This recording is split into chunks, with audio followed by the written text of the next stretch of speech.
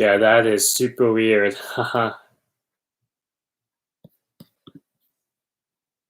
Weird indeed.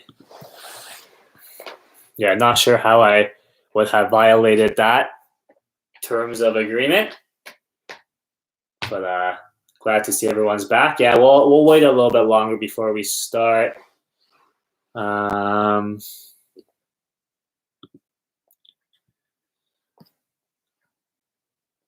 Yeah, I'm not sure what would have triggered the copyright issue since there is no audio or anything that might be copyright infringement in this chat.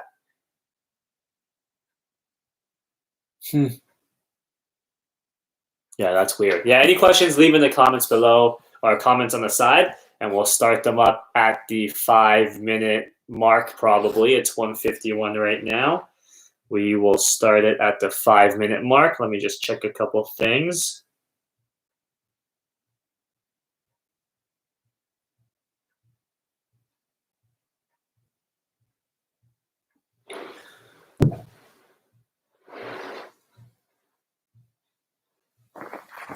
Yeah, I will also publish another live for next week before I forget. 7 p.m. as usual. Let me schedule this for next week right now before I forget. Oh, I guess I can't do it until this is over. I will do it at the very end of this.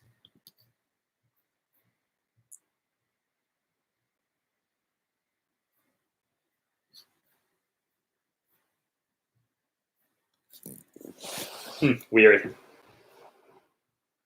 Yeah, we will all wait together. Give it another couple of minutes, and then we will start. Let me check a couple things while we wait.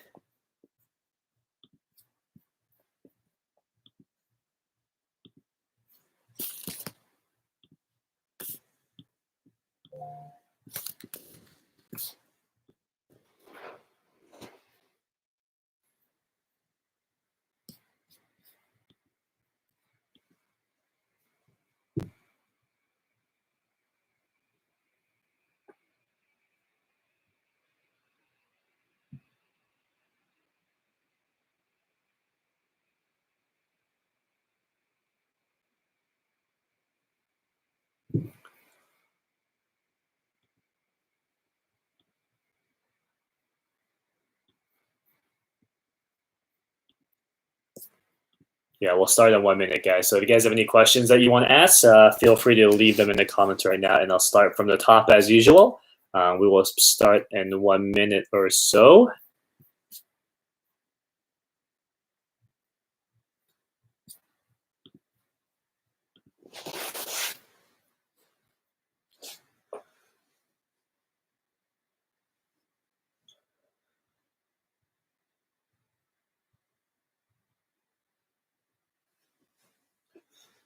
Pretty decent amount of participants considering the weird technical difficulties today.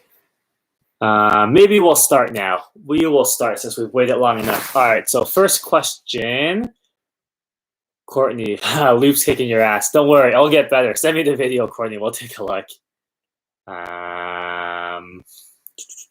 Okay, Scrunchy Chingo. How common or important is it to have a heavier shaft in your fairway wood than your driver? Example, a 70-gram 3-wood, 60-gram driver. It's pretty common. I would definitely recommend getting fitted and make a decision there. I have clients who have same weight driver and woods. I have clients who have 10-gram increment in a 3-wood from the driver. Very rarely are you going to see someone with a heavier driver shaft, but it is very common to have 60-gram driver, 70-gram wood. But definitely get fit to see if that's suitable for you, if you need something a little bit closer together, or maybe even a bigger gap in between the two choices. Dave, when are you moving to the new pad? Excited to see the sim. I am excited to see the sim as well. So I should get the keys next Friday. And then I have to obviously get the sim set up. So that just depends if they're able to work now and if they're building and when they can fit it in and when the material comes in. So we will see. A lot of unpredictable delays right now in shipping. So hopefully we can get the sim set up ASAP, so I can get the videos out to you guys ASAP, and then we'll see what happens. But I'm quite excited for that to get the sim set up. Also excited to get the home gym set up. Maybe we'll do some Q&As in there, or maybe some videos from there. But lots of stuff are sold out right now. Actually, maybe not that surprising, but a lot of home gym stuff are sold out right now. So hopefully I can find something, but hopefully the stock gets replenished very, very soon. So we'll see. James, what do you think about those golf speed training tools? I've tried it. It hasn't helped me. I think it's really player dependent. For me, it made me pull my hands down actually quite early. It got me very narrow in the swing, which I wasn't very happy with. I actually followed the protocol as well. I wasn't experimenting with it. I followed it to what they recommended. It just didn't work for me. I actually got a little bit slower, funny enough. But it's good for some people. It's not good for others. For me personally, it just didn't really work out, unfortunately. Dan, I decided this was going to be the year I actually pick up my clubs again and get out and play. Last time I had swung was about 10, 12 years ago. Watching videos really helped. Oh, not a question. Hey, very happy to hear that the videos are helping you out, Dan. So hopefully you'll play for a long, long time and play a lot of golf as soon as this COVID stuff passes us. James Earls. Hi, Larry. How would you fix a toe strike combined with a slight early extension and across the line at the top? Path around 1 degree inside out, 3 degrees down with 7 iron, carry around 168. I would make a lot of half swings first, making sure you're not early extending. By fixing the early extension first, you're going to start recalibrating how your arms and hands and club move into the ball through impact. Just got to recalibrate that first. So I'll fix the early extension first by making half swings feel like you're more in the heels, feeling like your butt stays back during the downswing. And then once you have that down, then I will recalibrate yourself and try to get more center strikes. That's the sequence of events I will prefer you to work on that if you're a client of mine. Rogelio, shaping shots into greens. Like to shape both ways, but seem to be better left to right. Any advice for a mental approach? Maybe just mentally see it and swing. If you are better approaching the shots left to right into a green, then I would play every single shot left to right. I think more players would play better golf and shoot better scores sticking with one ball flight. So if you like seeing it left to right, I would only play it left to right. I would never have you try to play it right to left in almost every single situation.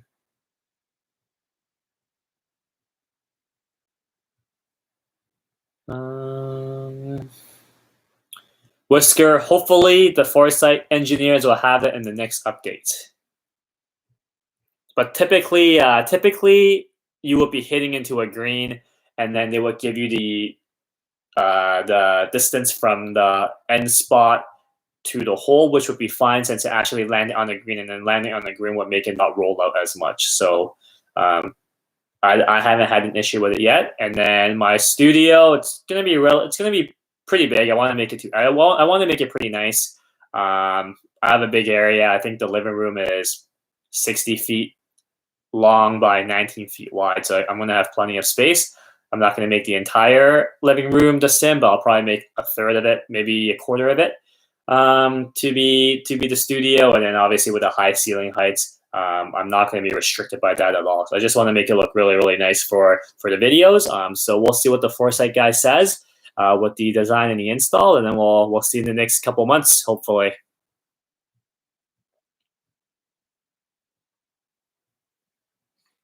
Hey Gregory, yeah, the video that you sent, the follow-up video that you sent me looked really, really good. You're definitely doing the right stuff with feeling the straight trail arm. Obviously, the trail arm is still bending a little bit, but you feeling that straight trail arm helps it bend the right amount. And then from there, it just helps make everything else much easier to do heading into the downswing. So really good with that, Gregory. Keep working on that until you can go outside and play. Moo Trail. I'm a big hybrid hooker. What are the easy setup and swing fixes? Play my irons to a draw and a wood straight. Maybe that, honestly, if If everything else is really good and you're happy with it, maybe the hybrid you have is just not right for you. It might be more draw bias. There may be things that in that design of the hybrid that just doesn't work well for you. You could either try a different hybrid. You can try maybe a driving iron. Maybe you can try a high loft of wood instead. But if your woods are straight, your irons are little draws, I would probably look at the equipment first without trying to fix your swing.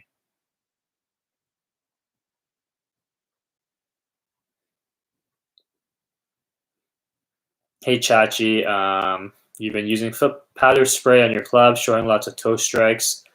If you're hitting a lot of toe strikes, try to honestly, as funny as it may sound, just try to hit it more in the middle for now. I think you were mentioning in one of the comments in the videos that you were struggling with shanks. So hard to help with that if you're struggling with shanks and toe strikes. There's something going on with the swing, so I'd have to see it to be able to help you at this point. James T. What is the best way to hit from a slice lie? Ball lower than your feet. Would it be possible to hit straight? Yeah, definitely. What I would do, depending on how long the club is as well, but obviously with the ball under your feet, it's probably going to skirt right a little bit. Typically, the swing would be steeper. You're not going to come from as inside out. It's not going to be as flat. The club's not going to be traveling as flat into the ball. It's going to be steeper. But I would bias more on the left side of my target to account for any fade spin that could come out of that lie angle, out of that lie, and then go from there. I wouldn't try to do anything extra to try to hit it straight. I would just swing steeper just to ensure I hit the ball first, play it a little bit left target, and then see what happens from there.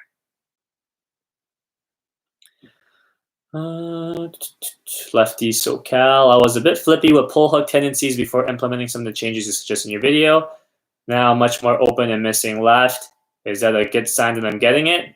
Yeah, it could be. It definitely. I mean, if you're flippy, you're probably not going to be missing a left. But hard to say what's really going on without seeing the swing, unfortunately. But if something's changing, we know something's changing for sure. It may be a good thing. Hopefully, it's the right changes that's happening. You just have to recalibrate yourself with the club face angle of impact. Matt Westling. Hey, Larry. I have a problem striking driver low on the face constantly. And tips for improving strike and getting it up more on the face. If you're hitting it low, I mean, again, hard to say without seeing the swing of why you're hitting it so low on the face. First guess would be to just try to tee it up a little bit higher. That's what I would try first. Other things would be making sure that you release the angles in time, your wrist angle, so that you create more of a flat spot through as flat as you possibly can make it through the hitting area. That way, it's more likely to hit more in the center of the face as opposed to hitting low on the face.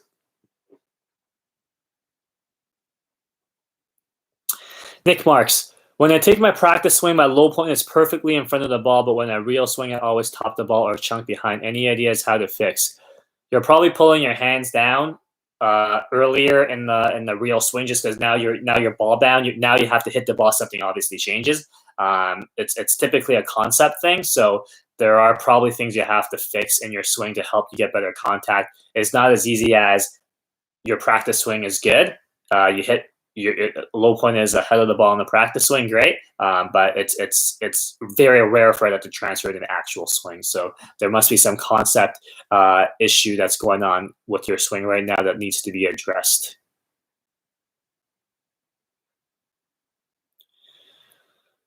You're welcome, James. You're welcome, Lefty.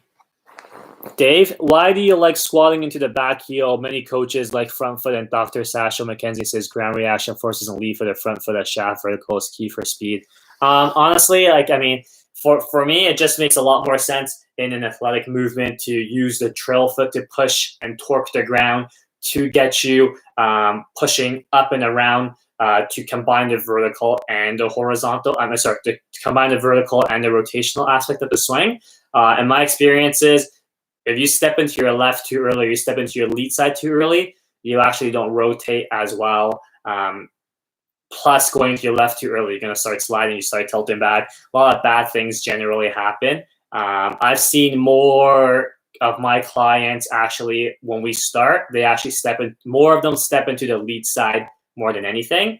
So them feeling like they squat and rotate into the trail side has allowed them to hit the ball better, swing faster, just improvements across the board by using the trail foot in the squat and rotate. Eventually, when I do get a force plate, I'm going to make more detailed videos about that. But that will have to wait with the COVID situation. Force plates ain't cheap. But I am very confident in what I'm suggesting to my clients when I do ask them to squat and rotate into the right foot into the trail foot. And I think it's led to a lot of good results in a lot of my clients who I've asked them to do it. Dan Castillo, have you played in Muskoka? If so, what's your favorite course to play? I've only played Muskoka Bay, and I think Muskoka Bay was really, really fun actually. But I don't really go up to the Muskoka region too much. I'm not really a cottage kind of guy. I like to stay closer to Toronto, Markham, Richmond Hill area. I don't really like driving for too long of a distance as well. So going to Muskoka is definitely not the right combination for me. Plus too many bugs as well. Hey, everyday golfer. Thanks for tuning in.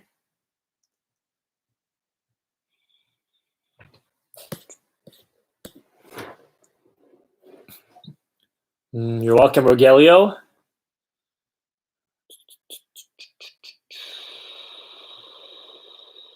Yeah, man. If something's going on, just go see a coach. Whether it's online or in person, go work with someone that you trust, and just get everything sorted out.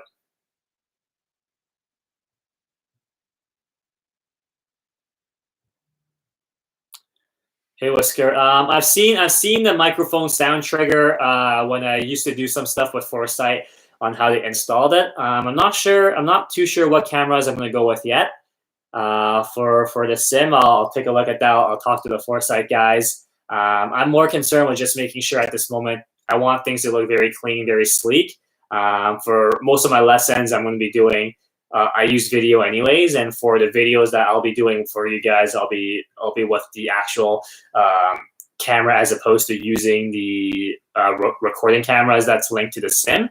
But I probably will have dual camera setup in place just to make talking about the swing a little bit easier when the force plate does go in. But again, the force plate will probably have to wait just because of the business slowdown with COVID. But we'll see. I mean, I would like to have a force plate just to kind of do more videos about ground reaction and trail foot versus lead foot. I think that's going to be really helpful for a lot of people. Just like what kind of Dave was asking about and what he was talking with the lead foot stuff. I honestly, I just have found a lot more success cueing more trail foot rather than lead foot in the transition. Everyday golfer. Any chance of overhead camera views? Probably not. It's probably not going to be. At least I don't use that view I don't use that view ever. I think it's just probably not well used money at the moment. So I would rather take that camera and install up top and put it somewhere else. Even if I had an overhead camera, I probably would never use it in all honesty. So I would not be putting in an overhead camera. Whisker, which force plate will I be going with? I'm probably going to be going with, I'm looking at I'm going to look at them all. Swing Catalyst, S2M, maybe the gas plates. We'll see. We'll see what works well. Foresight has, Swing Cat has Foresight integration, which is great. But we will see. A couple options out there. So still got some time to think about that. So yeah, we will see. Dave, to get club coming more from the inside at best speed, do you like downhinge or looping the swing to the inside best, or a combination of both? Really depends on the player and how they interpret the downhinge and then how they interpret the loop. A lot of the things I say when I cue a client is really cued specifically for them. If I ask downhinge for one client and I ask loop for another client, the result might be completely the same, but it's just how they interpret the cue.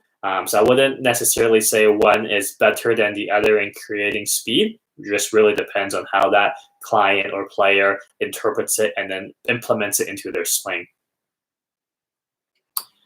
Neil, hey Larry, thanks to you, my 6-iron is between 95 and 100 miles an hour. That is very fast. It's really good. Good stuff, Neil. The squad in turn have upped the ante. Only downside is I probably need new clubs for a shaft upgrade. Haha. That is never a downside, Neil. That is a great problem to have. 95 to 100 mile an hour 6-irons are no joke. It's really, really good. You deserve the new clubs if you've been able to implement the changes and get that kind of a speed gain. It's really, really good to see it. It's a huge upgrade. It's you're playing at some very premium speeds there. Well worth the extra cost in buying new clubs. You've definitely deserved it, and it's a great problem to have. It's not a downside at all. The worst is funny story is the worst is when I work with my junior clients, and I feel very bad asking the parents to buy new clubs for them because they improve so fast and they obviously gain a lot of speed. This one boy I teach, really good kid. I really like him. Works really hard. He was fitted for graphite shaft. I think they were like graphite shaft, soft regulars, or maybe I forgot if they were senior flex or soft regular flex. Graphite shaft, Acra graphite shafts, and the irons. I think when he was getting fit, he was like 80 miles an hour. Maybe low 80s, if we stretch it, but probably 80 miles an hour. He was, I think he was in grade 8, so he was 14, I think. I think it was grade 8, and then like literally like a year and a half later, he was like up to 95 miles an hour. So it's a great problem to have. I feel bad for asking the parents to spend that much money in such a short period of time, but it's a great problem to have. So. Good thing they all understand and are very supportive of what we do. Then hard to give you a budget.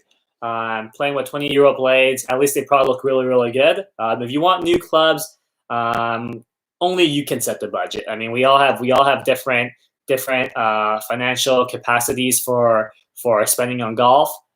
Whatever, as long as you are enjoying the game and as long as you're having fun, that's all that matters. It does not matter how much money you spend on it. It could be little, it could be more. As long as you get clubs that are well suited for you and you enjoy them and it fits your capabilities well, that's all that matters. So no budget recommendation from me.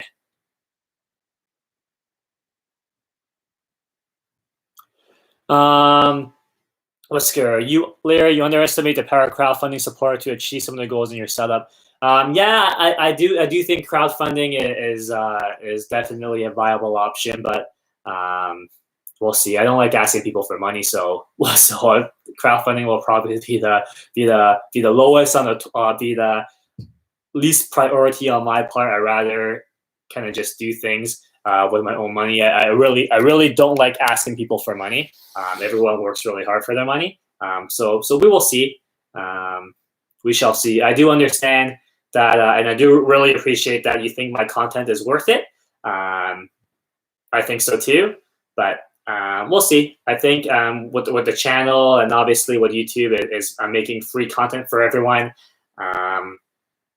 If people want to support, great. If not, no worries at all. Totally understand. As long as everyone can support in different ways by just watching and sharing it, I would already be very happy with that. So crowdfunding, it's not really something I have seriously considered. So we will see. If everything goes well, I can just kind of pay it on my own from the business and then go from there. Just write it off. Lots of options and still time to decide. So we will see, Whisker. Hey, Neil, just tell your wife how much of an improvement you've made. Hopefully she understands. Sebastian, hey Larry, lots of people have a tendency to hit these low spin draws that duck hook quickly, launch and deliver it off at pretty low. Any ideas? AOA isn't an issue. Contact is high on the face. So if that's happening, chances are you're delivering too little loft, as you're saying, the launch is low. I would try to release the club and downhinge the club earlier in the downswing.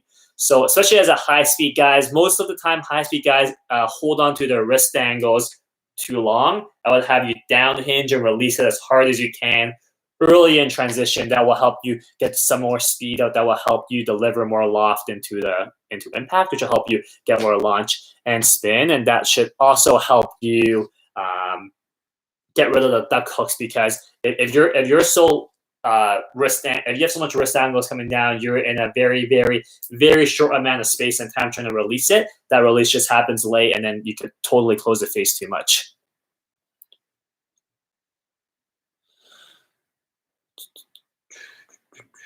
Hey Courtney, if you're hitting for you, hitting 3 to 5 degrees up is actually in a really good spot. If your driver strike is high, send me a video, Courtney. Send me a video. Send me a screenshot of the foresight data.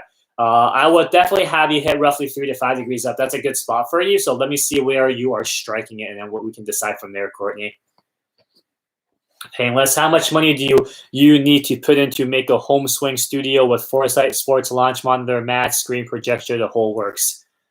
If you want to make it look, I mean, there's varying levels of how nice you can make it, and I'll give it to you guys and get it kind of in Canadian dollars. So if you want to look nice in a room with screen, projector, GC quad with club or GC hawk, everything looking really nice, probably like 40 to 50K Canadian. And then you can kind of scale down from there. If you want to just kind of get a like a sim in the box, there's some good options for that, closer to 20 to 30K. Or if you want, let's say the GC2 instead, you can save money on getting a GC2, which is still very good. You get very good body with that. I taught on GC2 for quite a while before the GC quad came out. You can save money on that too. So there's definitely varying levels of cost you can put into it. But it could go as high as like 40, 50K Canadian if you want everything looking really, really nice. Yeah, I totally agree, Neil. Totally agree. But it's well worth it. Well worth it.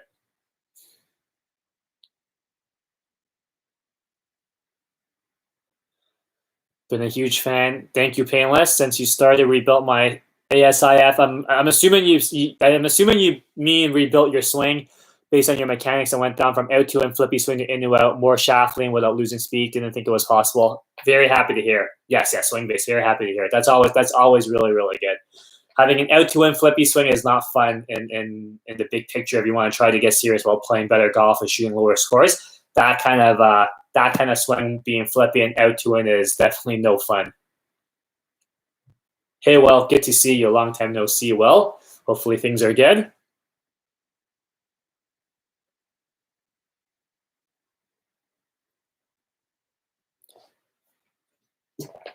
Lefty, I think Whisker thinks there is crowdfunding. I haven't looked too deeply into it because, like I said before, I'm not really a fan of asking people for money, asking for stuff. So hard to say, but I do appreciate you thinking my content is worth it. I do have the intent. The intent is to make things better and better, the quality to be better, the content to be better as things keep growing, and that's honestly like a really big reason why I decided to buy a house to make the simulator in the house. I was perfectly happy with living in a condo, but decided to take the next step of buying a house to make a sim, to shoot better videos. So it will be nice once everything is set in.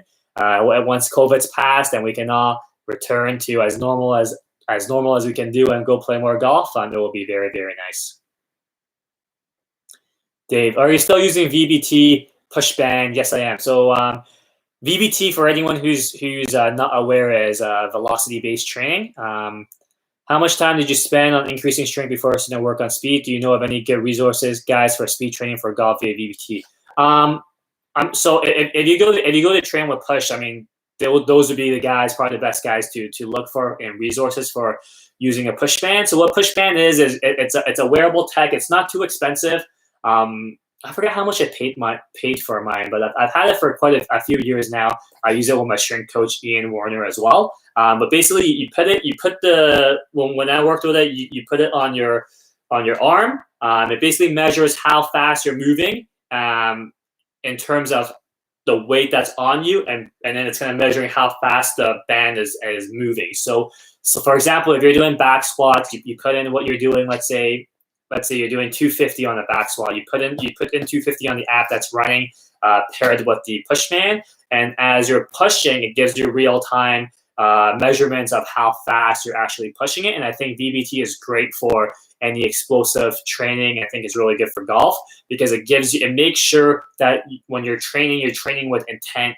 You're making sure when you squat, you're trying to push as hard as you can, which I think is very crucial for sports where you're trying to be explosive, where you're trying to create force, where you're trying to swing or throw or run very, very fast. I think is really, really crucial. So for me personally, the strength increase I got helped me get more speed. I think my mechanics were good at that. My mechanics were good at that time I first started using pushband. So I didn't really had to work too hard to, let's say, work on speed in the golf swing. It was really just bringing in what I'm learning and gaining in the gym realm, and then bringing it into the golf swing. But I do really, really like using pushband. I think pushband is great for anyone who's serious about increasing performance in the gym.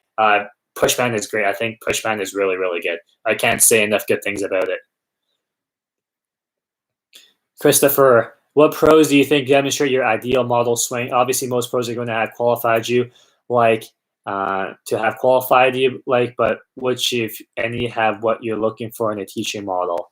I mean, I really like Rory McIlroy's swing. I think he's really, really athletic, uses his legs really, really nicely. I really, really like his swing. I really like Sungyeol No's swing before he had to serve his army duties for South Korea. Charles Howell swings it really well. Those would be guys I really, really like seeing.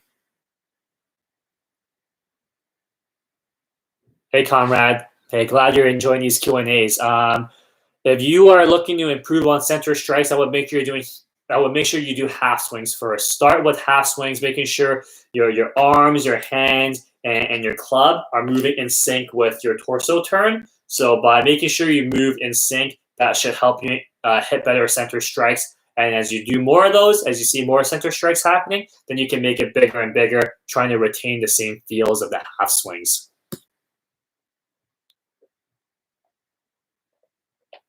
Jarrett Taylor, who are the players that walk through the door that makes you excited when you see a few of their swings? Honestly, I think it's not really that. I'm very excited to help all of my clients get better at golf and make better golf swings. As long as the client coming in and asking me for help is excited about doing it and trusting the process, I'm equally as excited. So I don't have to. There's no particular kinds of players that make me more excited than others. As long as the client's coming in with an open mind on how to improve and they're committed and they're just as excited as I would be, that's all that matters to me. You're welcome, Sebastian. Yeah, hopefully not, Wister. Hopefully I would not have to open it up as an Airbnb.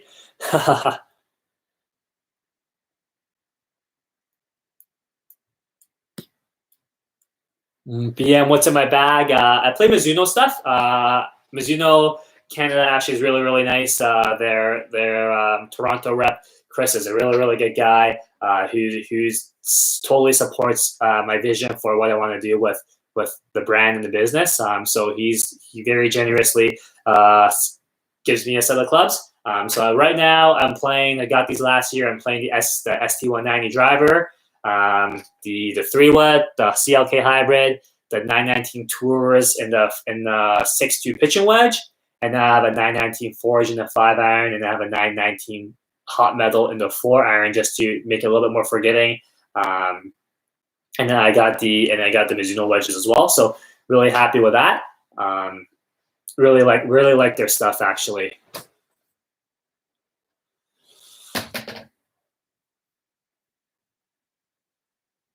I appreciate that, Wesker and Lefty. Totally appreciate it. Yeah, I think that, I mean, TXG is obviously a really, really good role model for me in terms of how the YouTube's growing.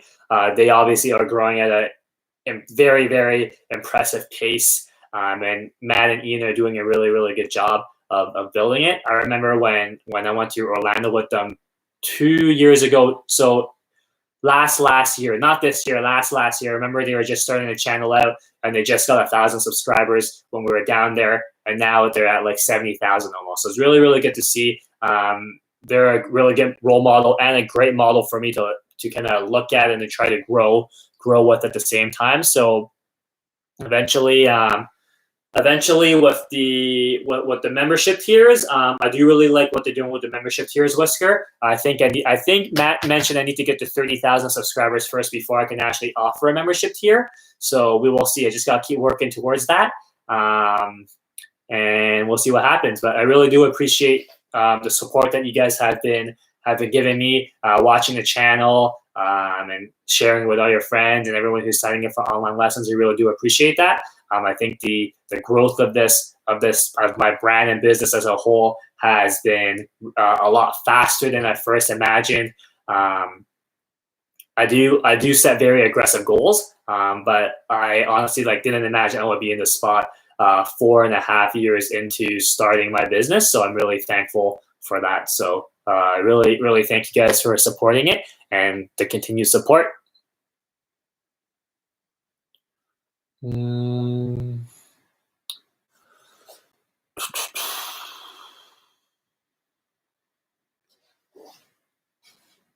Neo, yeah, lots of stuff in a home sim, like tower PC versus laptop. I have a gaming laptop which I take to all my lessons. I'll probably be just running it on that. I may get a dedicated home one. We'll see if I need a beefier specs to run Swing Cat or whatever force plate I use. But I'm hoping I'll be able to run it on my current gaming laptop. So we'll see. But the Foresight guys do a really, really good job. If you're in Canada, the Foresight Canada guys are really good. They've been really, really good to me. Really, really nice. Really, really nice people. So they do really good jobs on the builds.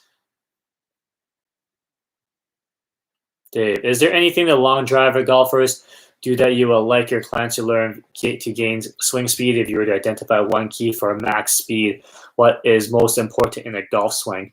I think the intent is definitely very important. I think a lot of people even comparing it to training in the gym, I think the intent's not there. You can do let's say 5x5 squats. You can do the squats 5x5, get it over with at average intent, or you can do it with max intent, trying to push that bar up as hard and fast as you can. I think the intent is very, very important. So I would say if I were to choose one thing from long drive guys to your average guys, where you're trying to gain speed, I would definitely learn to swing with intent, with max intent, max activation of your muscles, everything maxed out. That would help you gain more speed.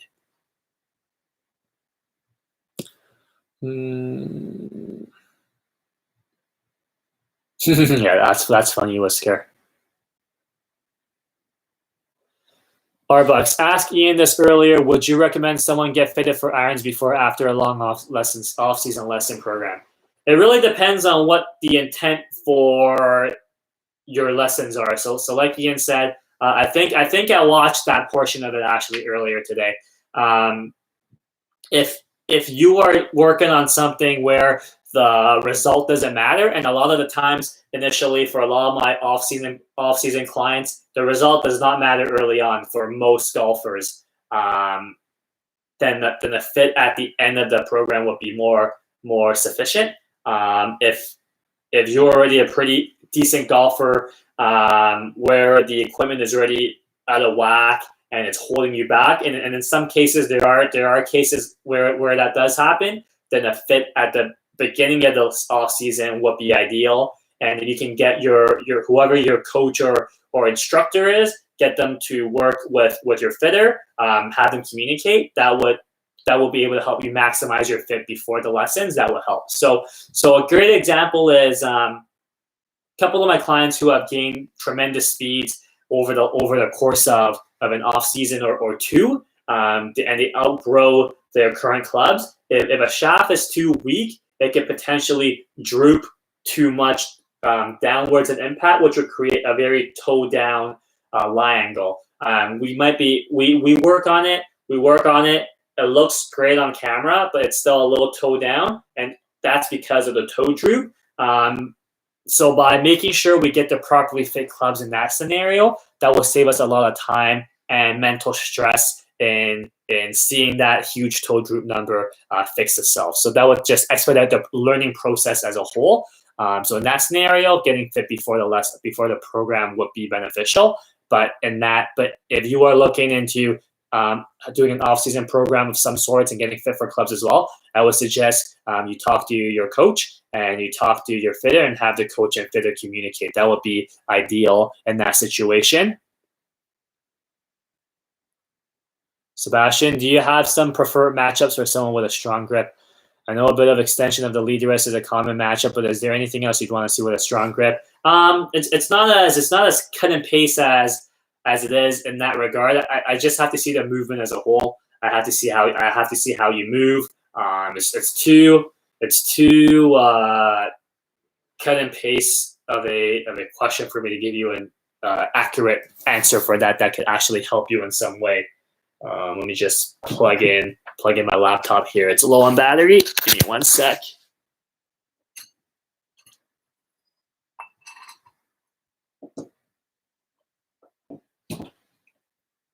Here we go.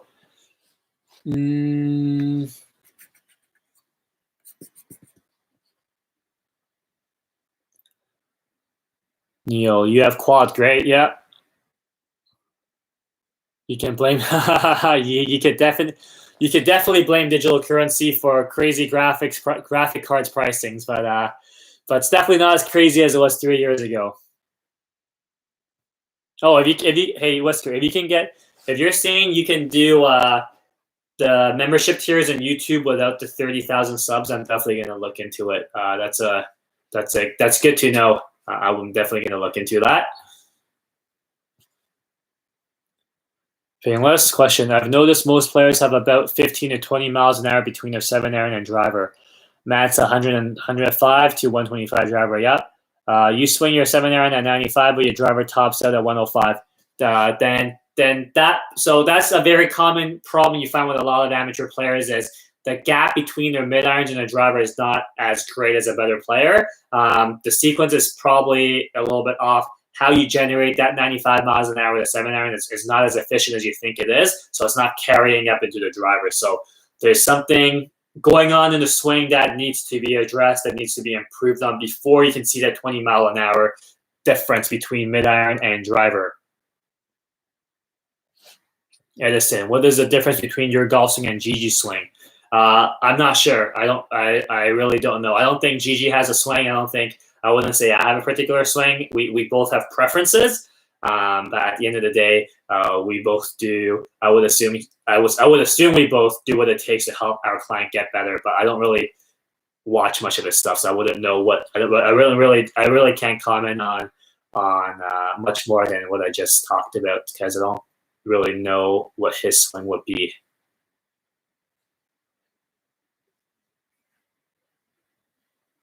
Okay, thanks for the kind words, Neil.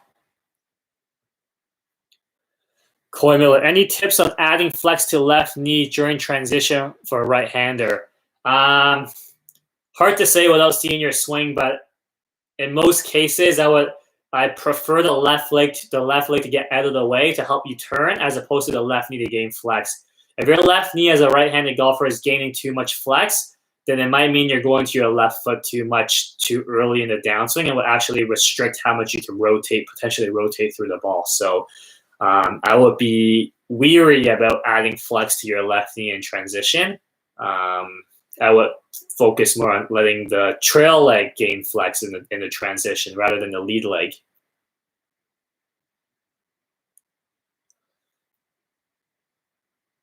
Whisker,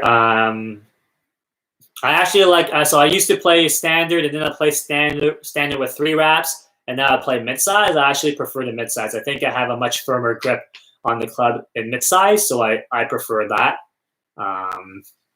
For me personally, I've never really played around with more than that though. Nick, what kind of shoulder plane angle do you like to see at the top? If you could elaborate on that, I don't want to misinterpret your question. But in terms of shoulder plane angle, if I were to guess, it would be pretty perpendicular to the amount of hip bend you have.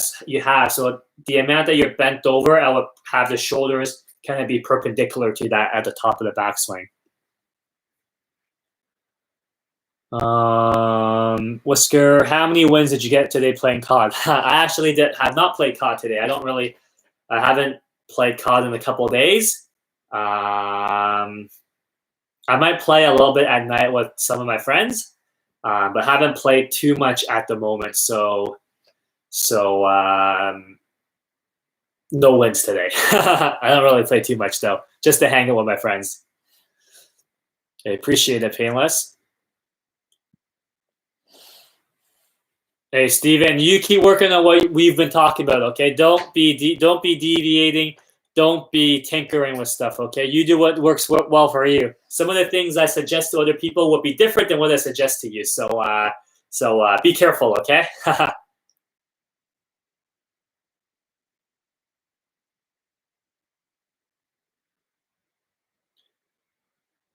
Nick, my shoulder seems a little too even at the top, as opposed to the left shoulder should be quite higher than lead. Okay, so I'm assuming you are a lefty if your left shoulder should be higher. Okay, so you're a righty. Yeah, the left shoulder should definitely be lower than the right shoulder if you're a right-handed golfer. The lead shoulder should be lower than the trail shoulder at the top of the backswing. The amounts should be kind of perpendicular to your spine angle or to how much you're bent over at setup. But I would have to see your swing to give you a better answer, because honestly, it's a pretty close split in all my clients, where some I have to suggest their lead shoulder rises in the backswing. Some I have to suggest for their lead shoulder to stay down a little bit longer. So really tough to say which one you have to feel. But as a general guideline, if your shoulders were perpendicular to how much you're bent over, that would be a good starting point.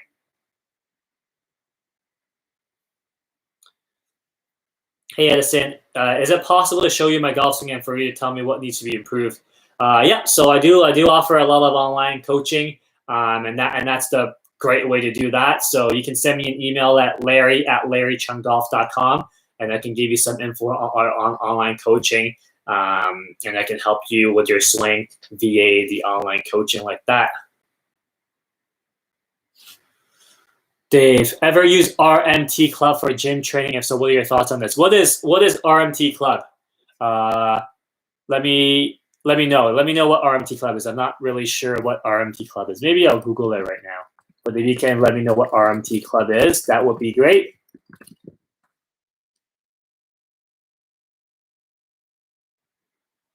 Oh, is that like mace looking thing? No, I haven't used that myself. My training stuff is pretty basic, where it's a lot of big lifts. I do a lot of 5x5s. So back squat, bench press, deadlift.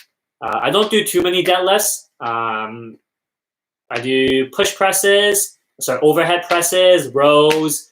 I do a lot of trap bar stuff. And then as we continue closer to the season, I add more explosive stuff into it. So I do a lot of cleans, a lot more med ball tosses. But I've never used the RMT Club before. Hey, thanks for the kind words, Steven. Yeah, it's definitely a hard work. So Steven's one of my newer clients. It's only been a couple lessons. But for a lot of my clients who I work with for the first time, the first few lessons are always very tough. Where they're using muscles that they've never used before in the golf swing, so it's usually more tiring, and they sweat more during those first few lessons than they generally would that they're used to doing during their golfing life.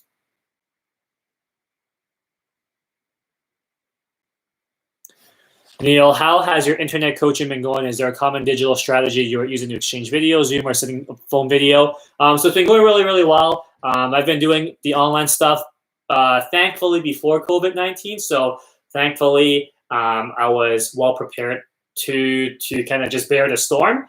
So really thankful for that. So I use Coach Now predominantly for all my online videos, online coaching. So I set them up with an app and a space in Coach Now. They send me video.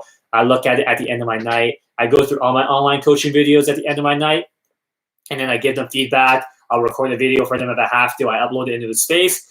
They take it. They take whatever suggestions I give them. They work on it. They send me videos again, and then it's just a back and forth arrangement. So I like that where it's more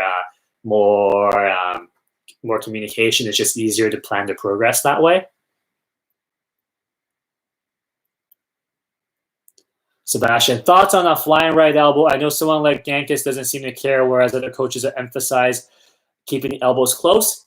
Really depends on how it's flying, depends on a lot of other things. I'm not too picky on it, depending on how everything else moves and depending on what we're starting with. That's a big thing. If you're someone who flies like this, and that's obviously too much flying, then I would have you definitely err on the side of keeping them closer together. So it really depends on the player, depends on the starting point, depends on the goals. Colin, hey Larry, how much benefit do you think there is in having club data from a launch runner for a home sim? That's a good question. I think if you can afford it, having club data is good in the big picture.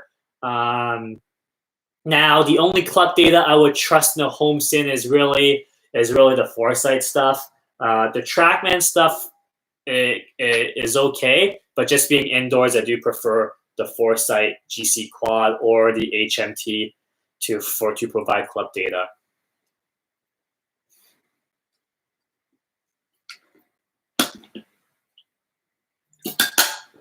Nick, do you think most amateurs' grips are too weak? No, I do think more amateur players would make the mistake of gripping the club in their palms rather than in their fingers. So I don't like so a lot of amateur players actually grip the club in this part of their palm, which I don't want. They should go on the finger, and then the heel of the lead hand should go on top of the grip. It should never be in the palm. So that's probably the mistake I see with most amateur players when it comes to the grip. It would not necessarily mean be too weak or too strong in my experience. Painless question. Distance gain via ball speed or lower spin? Asking because I'm deciding between two drivers that fit me equal distance, but one with higher ball speed and the other with lower spin.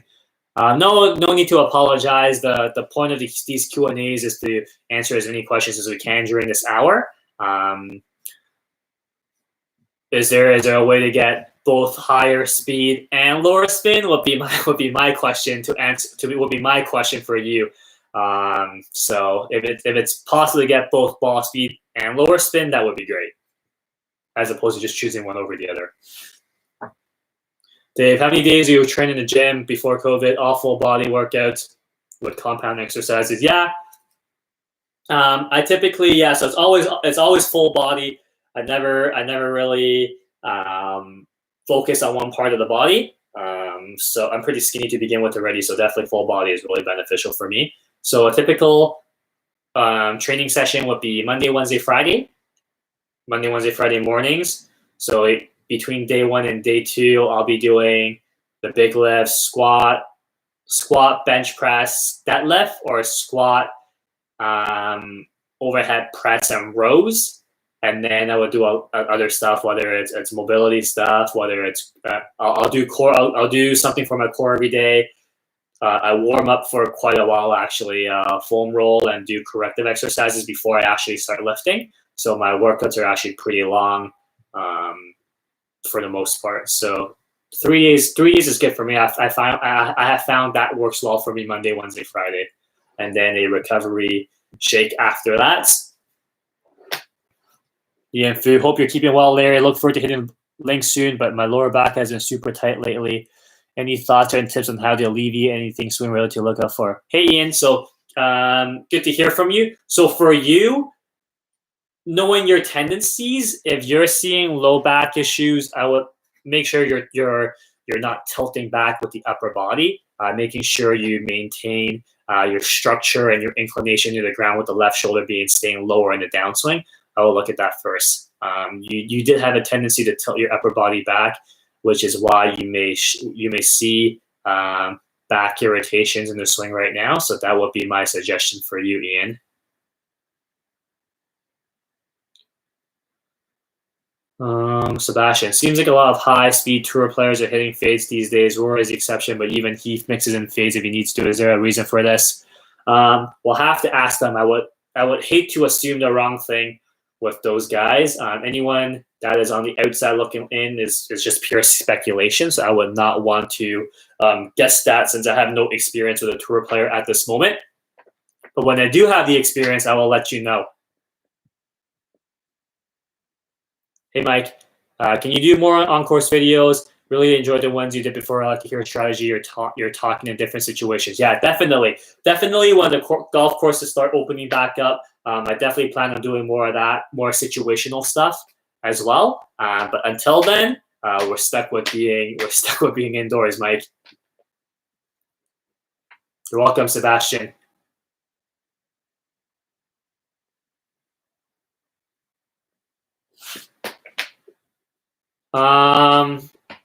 For my online, you can go to LarryCheungGolf.com paying list.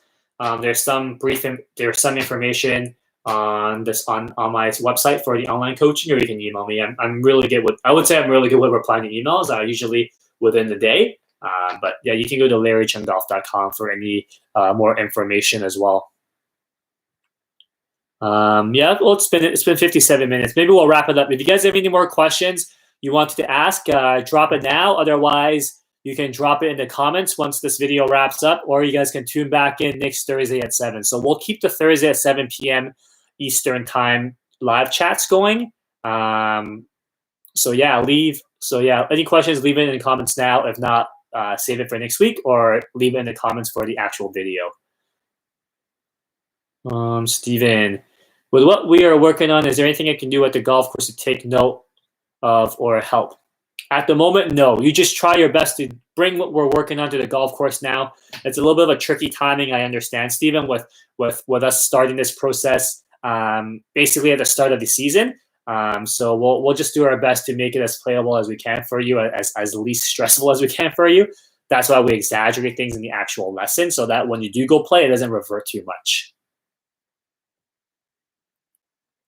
Hey, no need to apologize, Dave, for asking so many. It's good. It keeps the chat going, and that's the point of the chat as well. So they keep asking away, and I appreciate the support on that. Tips for playing 20 miles an hour when I would tee it low to keep the ball lower. I would tee it low to ensure you put less spin to curve the ball less off the tee. That would be what I would suggest you do. Whisker, indoor or outdoor simulator versus range lesson or practice. Any commitment tips for ensuring you're not searching for the numbers on the screen? You just got to convince yourself when you're taking on the lesson. It's not really chasing numbers. It's you're there for the process. You're there for improving it in the big picture. The numbers will come. The numbers will take care of itself. If you stay the course and you work on the right things, the numbers will take care of itself in the end.